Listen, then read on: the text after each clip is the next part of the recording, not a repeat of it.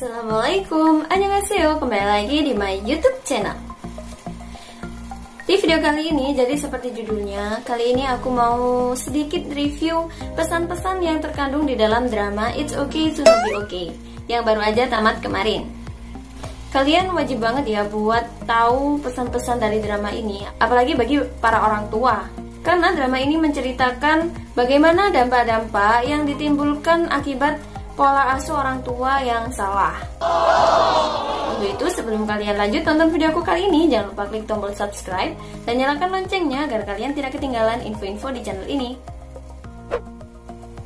Di dalam drama ini, Kim Soo Hyun berperan sebagai Moon Kang Tae yang bekerja sebagai perawat di rumah sakit jiwa O, dan juga sebagai adik dari Moon Sang Tae yang diperankan oleh Oh Jong Se.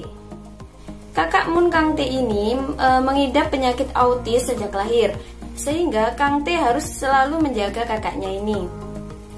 Kemudian ada Sung Ji yang berperan sebagai Ko Moon Young, yakni penulis buku anak-anak yang populer, tetapi dia ini memiliki gangguan kepribadian, yakni antisosial. Drama terbaru TVN ini memiliki cerita yang cukup berbeda dari drama Korea biasanya, yakni mengangkat isu tentang gangguan mental dan juga luka masa kecil pada pemainnya. Drama ini mulai tayang tanggal 20 Juni 2020 kemarin dan memiliki episode sebanyak 16 episode. Nah, drama ini baru saja tamat pada tanggal 9 Agustus kemarin. Kalian udah nonton gak? Dalam setiap episodenya, penonton ini akan disuguhkan bagaimana para pemain di drama ini berjuang untuk pulih dari trauma-trauma dan luka masa kecil yang ditimbulkan akibat dari pola asuh orang tua mereka. Karena itulah, drama ini dapat mengingatkan para orang tua bahwa sekecil apapun tindakan yang dilakukan kepada anaknya akan berpotensi menimbulkan trauma atau gangguan mental yang akan sang anak bawa hingga dewasa. Tentu saja bukan hanya di Korea ya terjadi hal seperti ini. Di belahan dunia manapun pasti terjadi juga. Jadi pola asuh itu memang sangat penting. Oke, langsung aja pesan yang terkandung di dalam drama ini. Yang pertama, perlunya kasih sayang orang tua kepada anaknya. Ini penting banget ya guys, karena kasih sayang orang tua sangat dibutuhkan bagi perkembangan anaknya. Kedua tokoh di dalam drama ini memiliki trauma masa kecil yang hampir sama. Trauma masa kecil yang melukai hati dan juga jiwa mereka, yang sulit disembuhkan hingga menghantui kehidupan mereka hingga dewasa. Ko Moon Young menjadi sosok yang antisosial, susah bergaul, dan cenderung berlaku kejam terhadap orang-orang di sekitarnya. Ia juga sangat membenci ayah kandungnya sendiri karena trauma yang ditimbulkan saat ibunya disakiti, dan ia pun ikut disakiti saat ayahnya berubah menjadi orang yang memiliki gangguan mental. Sedangkan Moon Kang Tae sejak kecil diabaikan oleh ibunya karena ibunya lebih memperhatikan kakaknya yang mengidap penyakit autisme tadi. Bukan hanya diabaikan, Kang Tae ini tidak mendapatkan kasih sayang dari ibunya sebagaimana anak yang lainnya. Kesamaan inilah yang menjadikan Moon Kang Tae dan Ko Moon Young ini menjadi dekat. Mereka sama-sama merasa kesepian akibat luka masa kecil yang ditorehkan oleh orang tua mereka. Yang kedua adalah menuntut anak demi kepentingan orang tua. Drama ini memiliki kisah tentang kesehatan mental para pemainnya, sehingga penonton itu disuguhkan berbagai macam jenis gangguan mental dan penyebab gangguan tersebut terjadi. Salah satunya adalah gangguan mental yang terjadi pada Kwon Ki-do yang diperankan oleh Kwak Dong Yeon.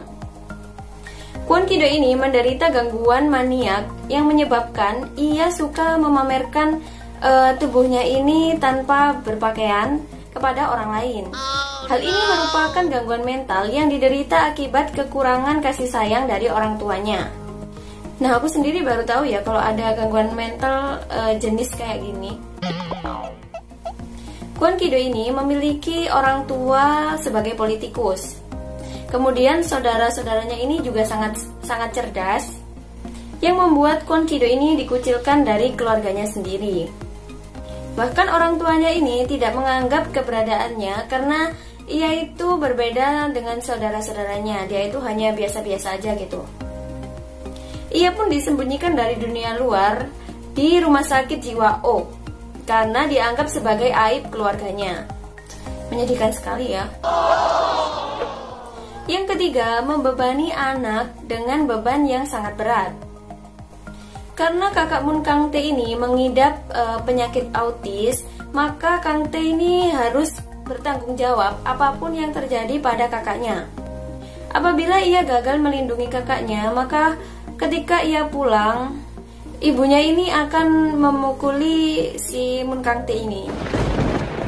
Kemudian ia ini juga menyimpan luka karena perkataan ibunya ketika kecil. Jadi ibunya itu berkata, "Kamu harus menjaga kakakmu sampai ajal menjemput, karena itulah ibu melahirkanmu." Karena kata-kata seperti itulah yang menghantui Mun Kang Tae, karena ia sejak kecil sudah terbebani untuk selalu menjaga si kakaknya ini, sehingga dia pun tidak bisa bermain seperti anak yang lainnya.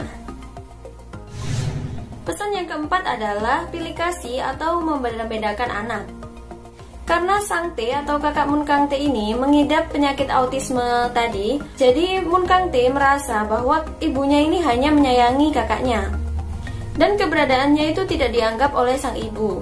Bahkan ketika tidur, ibunya ini hanya memeluk sang kakak. Sehingga Mun Kang Tae ini harus diam-diam memeluk ibunya dari belakang karena ingin merasakan kehangatan ibunya juga. Ya ampun, kasihan banget ya. Pesan yang kelima adalah pola asuh yang salah menyebabkan anak memiliki gangguan mental. Dari berbagai jenis gangguan mental yang dialami oleh para tokoh di drama ini, membuat kita sadar bahwa pola asuh yang toksik dari orang tua kita membuat anak memiliki gangguan mental atau gangguan kepribadian dan juga luka masa lalu yang akan dibawa hingga anak itu dewasa. Benar nggak? Pesan yang keenam adalah luka masa kecil yang ditimbulkan akibat orang tua mengabaikan perasaan anaknya. Karena menjadi orang tua itu adalah anugerah yang terindah ya.